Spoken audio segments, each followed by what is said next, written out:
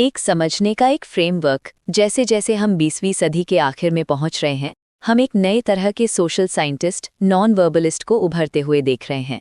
जैसे bird watcher को पक्षियों और उनके बिहेवियर को देखने में मजा आता है, वैसे ही नॉन वर्बलिस्ट को इंसानों के नॉन वर्बल इशारों और सिग्नल को देखने में मजा आता है।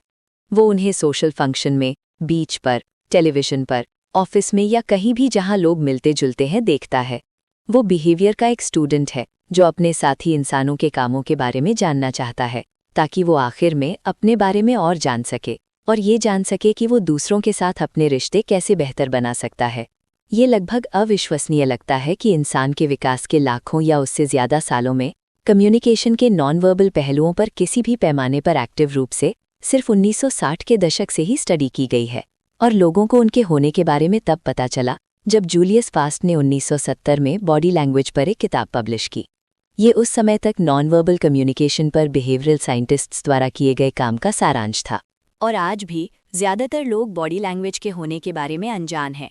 अपनी ज़िंदगी में इसके महत्व के बारे में तो बात ही छोड़ दें।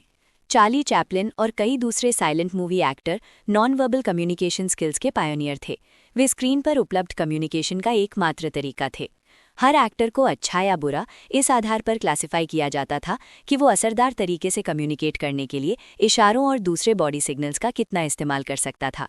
जब टॉकिंग फिल्में पॉपुलर हुईं और एक्टिंग के नॉन वर्बल पहलुओं पर कम जोर दिया गया, तो कई साइलेंट मूवी एक्टर्स गुमनामी में चले गए और अच्छी वर्बल स्किल्स वाले लोग आगे बढ़ गए। जहां तक बॉडी लैंग्वेज की टेक्निकल स्टडी की बात है, शायद 20वीं सदी से पहले का सबसे असरदार काम चार्ल्स डार्विन का the expression of the emotions in man and animals था, जो 1872 में पब्लिश हुआ था। इससे चेहरे के एक्सप्रेशन और बॉडी लैंग्वेज की मॉडर्न स्टडीज शुरू हुई और डार्विन के कई आइडिया और ऑब्जर्वेशन को तब से दुनिया भर के मॉडर्न रिसर्चर्स ने वैलिडेट किया है। उस समय से रिसर्चर्स ने लगभग 10 लाख नॉन वर्बल क्यू और सिग्नल नोट और रिकॉर्ड किए हैं।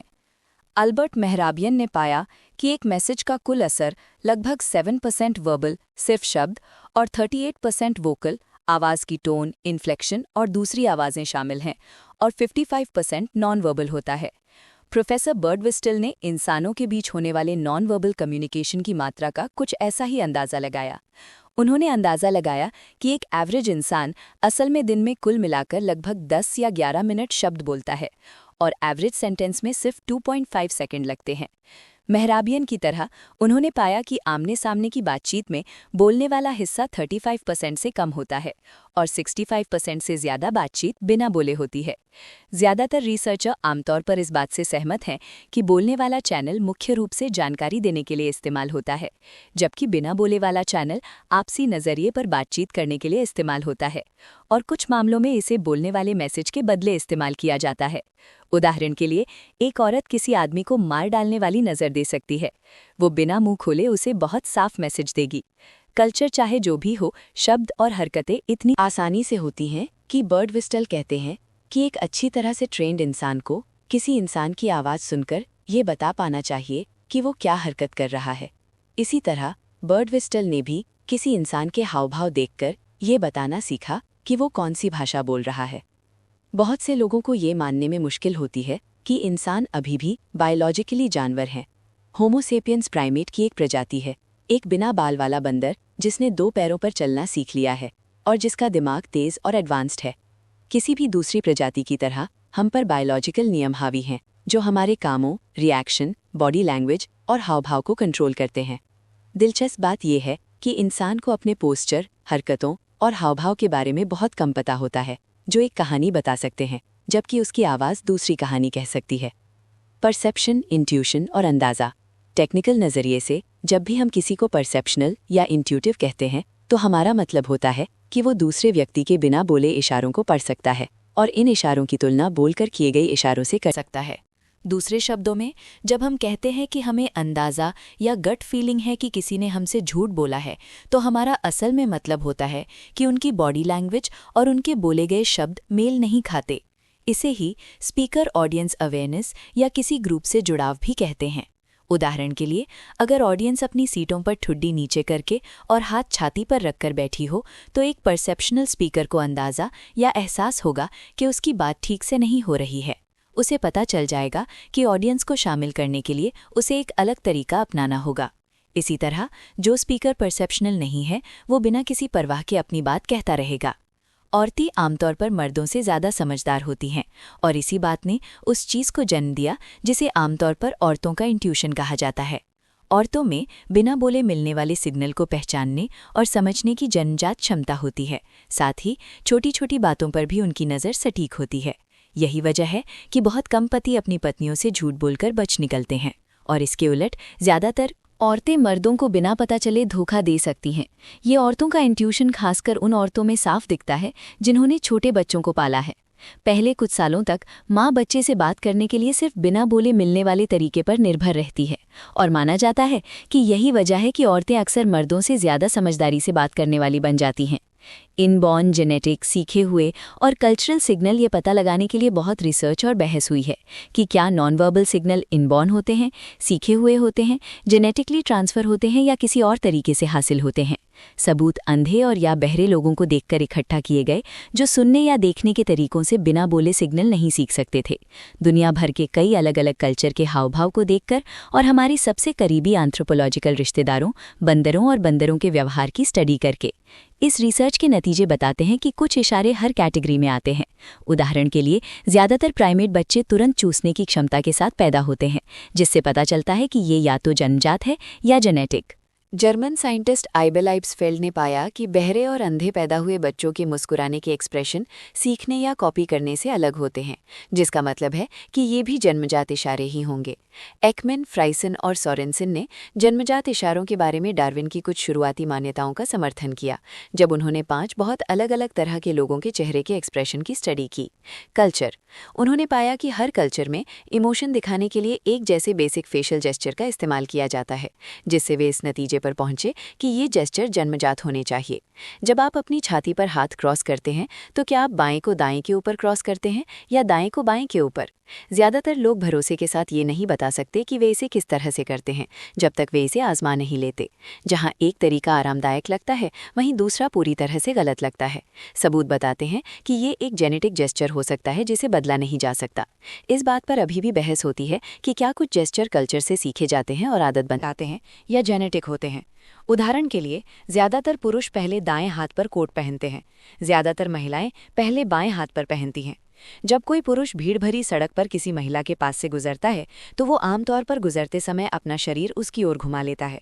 वो आमतौर पर अपना शरीर उससे दूर कर लेती है। क्या वो अपने ब्रेस्ट को बचाने के लिए अपने आप ऐसा करती है? क्या ये जन्मजात महिला रिएक्शन है या उसने अनजाने में दूसरी महिलाओं को देखकर ऐसा करना सीखा है? हमारा ज़्यादातर बेसिक नॉन वर्बल बिहेवियर सीखा हुआ होता है और कई मूवमेंट और जेस्चर का मतलब कल्चर से तय होता है। आइए अब बॉडी लैंग्वेज के इन पहलुओं पर नज़र डालते हैं। कुछ बेसिक बातें और उनकी शुरुआत। ज़्यादातर बेसिक कम्युनिकेशन जेस्चर पूरी दुनिया में एक जैसे होते हैं। जब लोग खुश होते हैं तो वे मुस्कुराते हैं, जब वे दुखी या गुस्से में होते हैं तो वे गुस्सा करते हैं।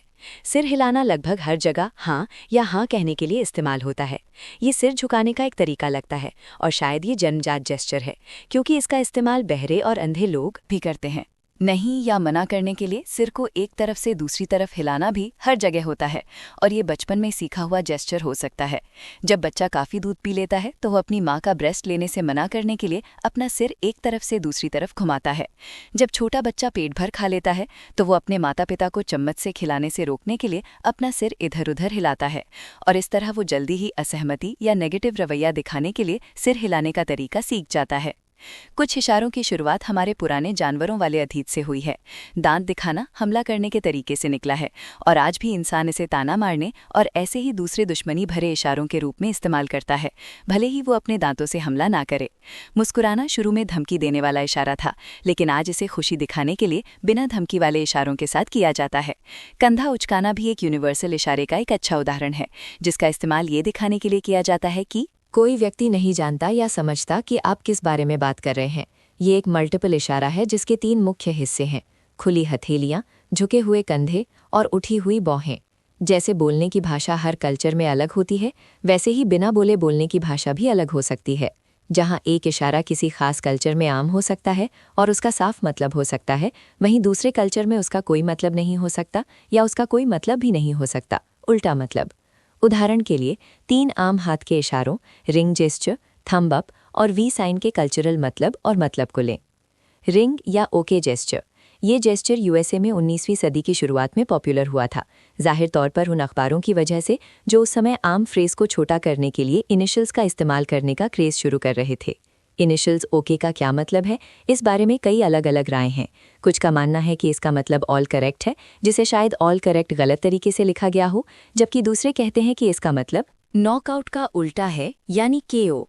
एक और पॉपुलर थ्योरी ये है कि ये ओल्ड किंडरहुक का शॉर्ट फॉर्म है, जो 19वीं सदी के एक अमेरिकी प्रेसिडेंट के जन्मस्थान से है, जिन्होंने इनिशियल्स का इस्तेमाल कैंपेन स्लोगन के तौर पर किया था। कौन सी थ्योरी सही है ये हम कभी नहीं जान पाएंगे, लेकिन ऐसा लगता है कि रिंग खुद ओके सिग्नल में ओ अक्षर को दिखाता है। ओके का मतलब सभी इंग्लिश बोलने वाले देशों में आम है, और हालांकि इसका मतलब यूरोप और एशिया में तेजी से फैल रहा है, कुछ जगहों पर इसके दूसरे ओरिजिन और मतलब भी हैं। उदाहरण के लिए फ्रांस में इसका मतलब जीरो या कुछ नहीं भी है। जापान में इसका मतलब पैसा हो सकता है। कुछ मेडिटेरेनियन देशों में ये एक ऑरिफिस सिग्नल है, जिसका इस्तेमाल अक्सर ये अंदाज़ा लगाने के लिए किया जाता है कि कोई आदमी होमोसेक्सुअल है। विदेश में घूमने वालों के लिए सबसे सुरक्षित नियम ये है कि जब रोम में हो तो रोमनों की तरह करें। इससे किसी भी शर्मनाक हालात से बचने में मदद मिल सकती है। Thumbs up gesture. Britain, Australia और न्यूजीलैंड में थम्स अप जेस्चर के 3 मतलब होते हैं। ये आमतौर पर लिफ्ट लेने वाले हिचहाइकर इस्तेमाल करते हैं। ये एक ओके सिग्नल है, और जब अंगूठा तेजी से ऊपर की ओर झटका जाता है तो ये एक इंसल्ट सिग्नल बन जाता है, जिसका मतलब है अपना ऊपर करो या इस पर बैठो। कुछ देशों में, जैसे ग्रीस में, इसका मुख्य मतलब भरपेट खाना होता है। तो आप सोच सकते हैं कि उस देश में इस जेस्चर का इस्तेमाल करने वाले ऑस्ट्रेलियाई हिचहाइकर की क्या मुश्किल होगी। जब इटालियन लोग 1 से 5 तक गिनते हैं तो वे इस जेस्चर का इस्तेमाल 1 के लिए करते हैं, और इंडेक्स फिंगर तब 2 बन जाती है। जबकि ज़्यादातर ऑस्ट्रेलियाई, अमेरिकी और अंग्रेज़ लोग इंडेक्स फिंगर पर 1 और मिडिल फिंगर पर 2 गिनते हैं। इस मामले में अंगूठा 5 नंबर को दिखाएगा। अंगूठे का इस्तेमाल दूसरे इशारों के साथ ताकत और बेहतरी के सिग्नल के तौर पर या उन हालात में भी किया जाता है जहां लोग हमें अपने अंगूठे के नीचे रखने की कोशिश करते हैं। बाद के चैप्टर में इन खास मामलों में अंगूठे के इस्तेमाल पर करीब से नज़र डाली गई है। V sign. ये साइन पूरे ऑस्ट्रेलिया, न्यूजीलैंड और ग्रेट ब्रिटेन में पॉपुलर है, और इसका मतलब अप योर्स है। विंस्टन चर्चिल ने दूसरे वर्ल्ड वॉर के दौरान जीत के साइन के लिए वी को पॉपुलर बनाया था, लेकिन उनका 2 उंगलियों वाला वर्जन हथेली बाहर की ओर करके किया गया था, जबकि गाली गलौच वाले वर्जन में हथेली बोलने वाले की तरफ होती थी। हालांकि यूरोप के ज़्यादातर हिस्सों में हथेली को सामने वाले वर्जन का मतलब अभी भी जीत होता है। इसलिए जब कोई अंग्रेज़ किसी यूरोपियन को चुप हो जाओ कहने के लिए इसका इस्तेमाल करता है तो वो यूरोपियन सोच में पड़ जाता है कि अंग्रेज़ का जीत से क्या मतलब है। यूरोप के कई हिस्सों में इस सिग्नल का मतलब नंबर 2 भी होता है, और अगर बेइज्जत होने वाला यूरोपियन बारटेंडर होता तो उसका जवाब किसी अंग्रेज़ या ऑस्ट्रेलियाई को 2 मग बियर देना हो सकता था। ये उदाहरण दिखाते हैं कि इशारों का कल्चरल गलत मतलब निकालना शर्मनाक नतीजे दे सकता है, और किसी व्यक्ति की बॉडी लैंग्वेज या इशारों के बारे में कोई नतीजा निकालने से पहले हमेशा उसके कल्चरल बैकग्राउंड पर विचार करना चाहिए। इसलिए जब तक कुछ और न बताया गया हो, हमारी चर्चा को कल्चर के हिसाब से खास माना जाना चाहिए, यानी आमतौर पर Australia, New Zealand, great Britain, north America और दूसरी जगहों पर पले बढ़े वयस्क गोरे मिडिल क्लास लोगों से संबंधित है, जहां इंग्लिश मुख्य भाषा है। उदाहरण के लिए सिर खुजलाने का मतलब कई चीजें हो सकती हैं। डैंड्रफ, पिस्सू, पसीना, पक्का न होना, भूलना या झूठ बोलना। ये उसी समय होने वाले दूसरे इशारों पर निर्भर करता है, इसलिए हमें सही मतलब निकालने के लिए हमेशा इशारों के ग्रुप को देखना चाहिए। किसी भी दूसरी भाषा की तरह बॉडी लैंग्वेज में शब्द, वाक्य और पंक्चुएशन होते हैं। हर इशारा एक शब्द जैसा होता है, और एक शब्द के कई अलग अलग मतलब हो सकते हैं। जब आप उस शब्द को दूसरे शब्दों के साथ एक वाक्य में डालते हैं, तभी आप उसका मतलब पूरी तरह समझ सकते हैं। इशारे वाक्यों में आते हैं और हमेशा किसी व्यक्ति की भावनाओं या नजरिए के बारे में सच बताते हैं। समझदार व्यक्ति वो होता है जो बिना बोले वाक्यों को पढ़ सकता है और उन्हें व्यक्ति के बोले गए वाक्यों से सही तरह से मिला सकता है। फिगर 5 में एक आम क्रिटिकल इवैल्यूएशन जेस्चर क्लस्टर दिखाया गया है। मुख्य है हाथ से चेहरा दिखाने का जेस्चर, जिसमें इंडेक्स फिंगर गाल की तरफ होती है, जबकि दूसरी फिंगर मुंह ढकती है और अंगूठा ठुड्डी को सहारा देता है। इस बात का और सबूत कि ये सुनने वाला बोलने वाले की आलोचना कर रहा है, ये इस बात से दिखता है कि पैर कसकर क्रॉस किए हुए हैं और हाथ शरीर को क्रॉस किए हुए हैं, डिफेंसिव, जबकि सिर और ठुड्डी नीचे है, हॉस्टिलिटी। ये बिना बोले वाला वाक्य कुछ ऐसा कहता है, मुझे वो पसंद नहीं है जो आप कह रहे हैं और मैं आपसे सहमत नहीं हूँ। कंज्यूमिनिटी।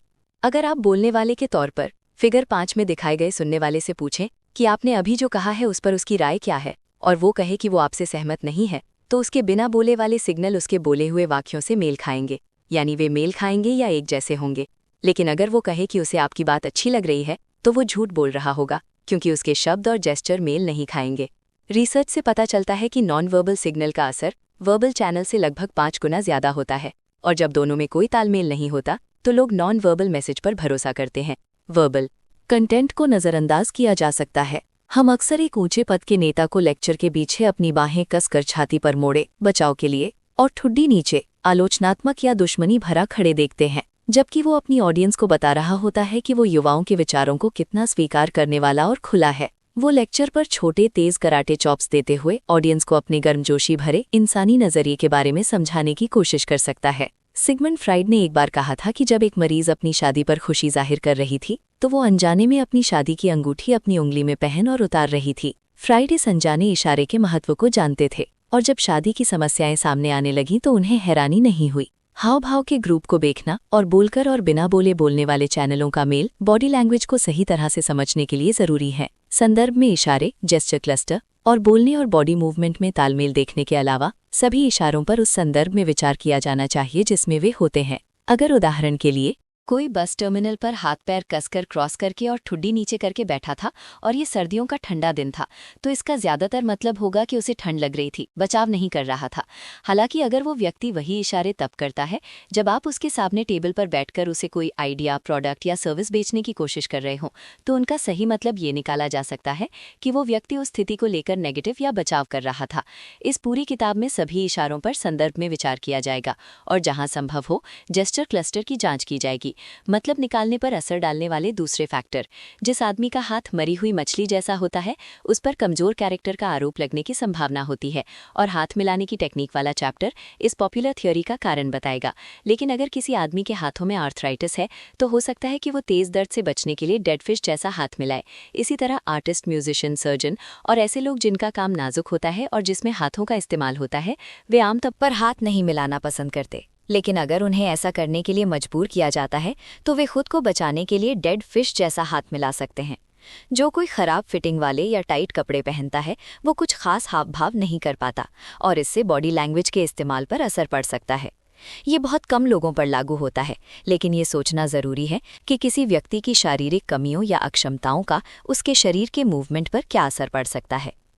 रुतबा और पावर लिंग्विस्टिक्स के क्षेत्र में हुई रिसर्च से पता चला है कि किसी व्यक्ति के रुतबे, पावर या प्रतिष्ठा और उस व्यक्ति की वोकैबुलरी की रेंज के बीच सीधा संबंध होता है। दूसरे शब्दों में, कोई व्यक्ति सोशल या मैनेजमेंट की सीढ़ी पर जितना ऊपर होता है वो शब्दों और फ्रेज में उतनी ही बेहतर बातचीत कर पाता है। नॉन वर्बल रिसर्च से पता चला है कि किसी व्यक्ति की बोली गई बात पर पकड़ और वो अपना मैसेज पहुंचाने के लिए कितने इशारे करता है, इन दोनों के बीच एक संबंध है। इसका मतलब है कि किसी व्यक्ति का स्टेटस, पावर या इज्जत भी सीधे तौर पर उसके इशारों या बॉडी मूवमेंट की संख्या से जुड़ी होती है। सोशल या मैनेजमेंट स्केल के टॉप पर मौजूद व्यक्ति अपनी बात कहने के लिए अपने शब्दों का इस्तेमाल कर सकता है, जबकि कम पढ़ा लिखा या कम हुनर वाला व्यक्ति बात करने के लिए शब्दों के बजाय इशारों पर ज्यादा भरोसा करेगा। इस पूरी किताब में दिए गए ज्यादातर उदाहरण गोरे मिडिल क्लास लोगों के हैं, लेकिन आमतौर पर सोशो इकोनॉमिक स्केल पर कोई व्यक्ति जितना ऊपर होता है वो उतने ही कम इशारे और बॉडी मूवमेंट करता है। कुछ इशारों की स्पीड और वे दूसरों को कितने साफ दिखते हैं ये भी व्यक्ति की उम्र से जुड़ा होता है। उदाहरण के लिए, अगर कोई 5 साल का बच्चा अपने माता पिता से झूठ बोलता है तो तुरंत बाद वो जानबूझकर एक या दोनों हाथों से अपना मुंह ढक लेगा। चित्र 6। मुंह ढकने का इशारा माता पिता को झूठ के बारे में बताता है, और ये इशारा व्यक्ति की पूरी जिंदगी इस्तेमाल होता रहता है। आमतौर पर सिर्फ इसकी स्पीड बदलती रहती है। जब टीनेजर झूठ बोलता है तो हाथ को 5 साल के बच्चे की तरह मुंह के पास लाया जाता है, लेकिन मुंह पर हाथ मारने के साफ इशारे के बजाय उंगलियां उसके चारों ओर हल्के से रगड़ती हैं। फिगर 7। मुंह ढकने का ये इशारा बड़े होने पर और भी बेहतर हो जाता है। जब बड़ा झूठ बोलता है तो उसका दिमाग उसके हाथ को मुंह ढकने का निर्देश देता है ताकि धोखे वाले शब्दों को रोका जा सके, ठीक वैसे ही जैसे वो 5 साल के बच्चे और टीनेजर के लिए करता है। लेकिन आखिरी पल में हाथ चेहरे से हट जाता है और नाक छूने का इशारा होता है। फिगर 8। ये इशारा बचपन में इस्तेमाल किए जाने वाले मुंह ढकने के इशारे का बड़े लोगों का बेहतर वर्जन है। ये इस बात का उदाहरण है कि जैसे जैसे कोई व्यक्ति बड़ा होता जाता है उसके कई हाव भाव सोफिस्टिकेटेड और कम साफ होने लगते हैं, जिस वजह से अक्सर 50 साल के व्यक्ति के हाव-भाव को समझना बहुत कम उम्र के व्यक्ति के हाव-भाव को समझने से ज़्यादा मुश्किल होता है। बॉडी लैंग्वेज की नकल करना एक आम सवाल है, क्या अपनी बॉडी लैंग्वेज की नकल करना मुमकिन है? इस सवाल का आम जवाब नहीं है, क्योंकि मुख्य इशारों, शरीर के माइक्रो सिग्नल और बोले गए शब्दों के इस्तेमाल में मेल ना होने की संभावना होती है। उदाहरण के लिए खुली हथेलियां ईमानदारी से जुड़ी होती हैं, लेकिन जब झूठ बोलने वाला अपनी हथेलियां फैलाकर आपको देखकर मुस्कुराता है, तो उसके माइक्रो जेस्चर उसकी पहचान बता देते हैं। उसकी पुतलियां सिकुड़ सकती हैं, एक भौं ऊपर उठ सकती है या उसके मुंह का कोना फड़क सकता है, और ये सिग्नल खुली हथेली के इशारे और सच्ची मुस्कान के उलट होते हैं। नतीजा ये होता है कि सुनने वाला जो सुनता है उस पर यकीन नहीं करता। ऐसा लगता है कि इंसान के दिमाग में एक फेल सेफ मैकेनिज्म होता है, जो झुकाव को तब रजिस्टर करता है जब उसे कई अलग अलग नॉन वर्बल मैसेज मिलते हैं। हालांकि कुछ ऐसे मामले भी होते हैं जिनमें कुछ फायदे पाने के लिए जानबूझकर बॉडी लैंग्वेज की नकल की जाती है। उदाहरण के लिए मिस वर्ल्ड या मिस यूनिवर्स कॉन्टेस्ट को ही लें, जिसमें हर कंटेस्टेंट अपने शरीर की हरकतों को ध्यान से सीखकर इस्तेमाल करता है, ताकि वो अपनापन और ईमानदारी दिखा सके। हर कंटेस्टेंट जितने ज़्यादा ये सिग्नल दे पाएगा, उसे जजों से उतने ही पॉइंट मिलेंगे।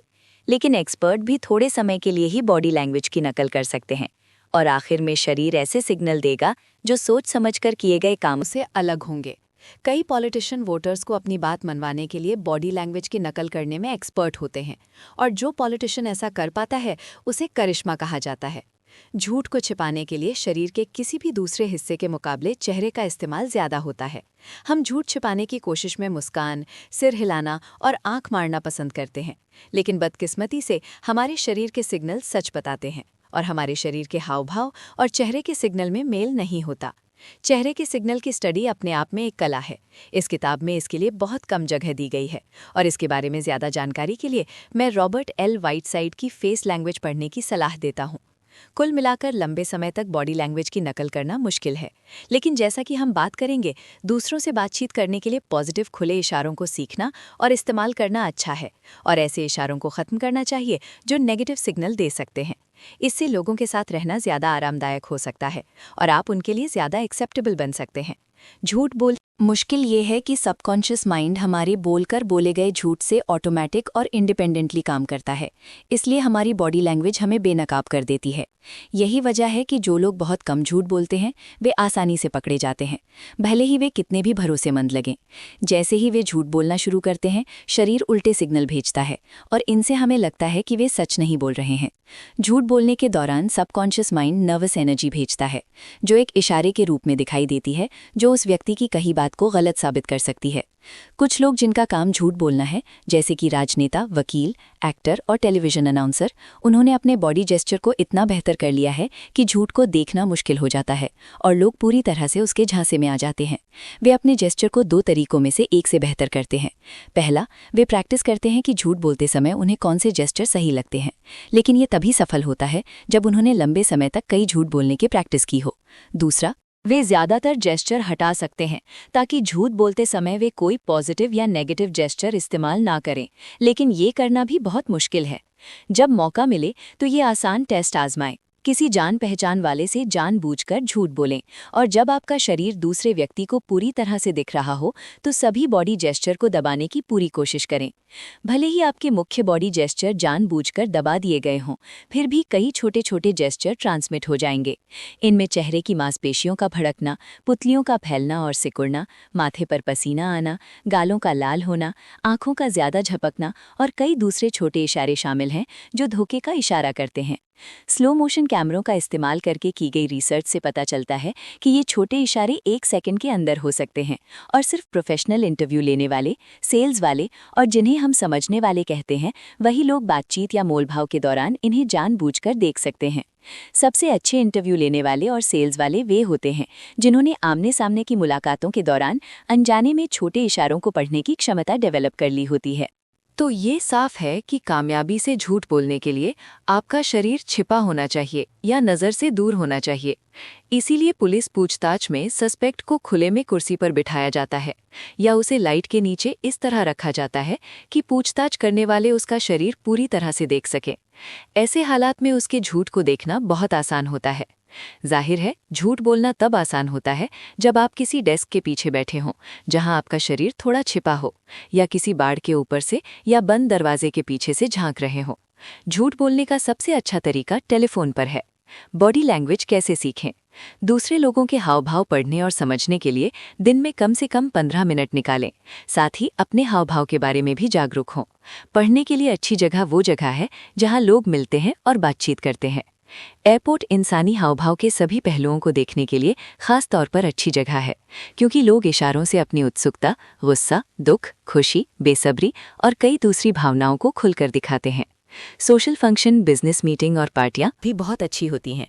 बॉडी लैंग्वेज की कला सीखने के बाद आप किसी पार्टी में जा सकते हैं। पूरी शाम एक कोने में अकेले बैठ सकते हैं, जैसे कोई दीवार पर फूल हों, और दूसरे लोगों की बॉडी लैंग्वेज की रस्में देखकर मज़ेदार समय बिता सकते हैं। टेलीविज़न भी नॉन वर्बल कम्युनिकेशन सीखने का एक शानदार तरीका है। आवाज़ कम करें और पहले पिक्चर देखकर समझने की कोशिश करें कि क्या हो रहा है। हर 5 मिनट में आवाज़ तेज़ करके आप चेक कर पाएंगे कि आपकी नॉन वर्बल रीडिंग कितनी सही है, और जल्द ही आप बिना किसी आवाज़ के पूरा प्रोग्राम देख पाएंगे और समझ पाएंगे कि क्या हो रहा है, ठीक वैसे ही जैसे बहरे लोग करते हैं।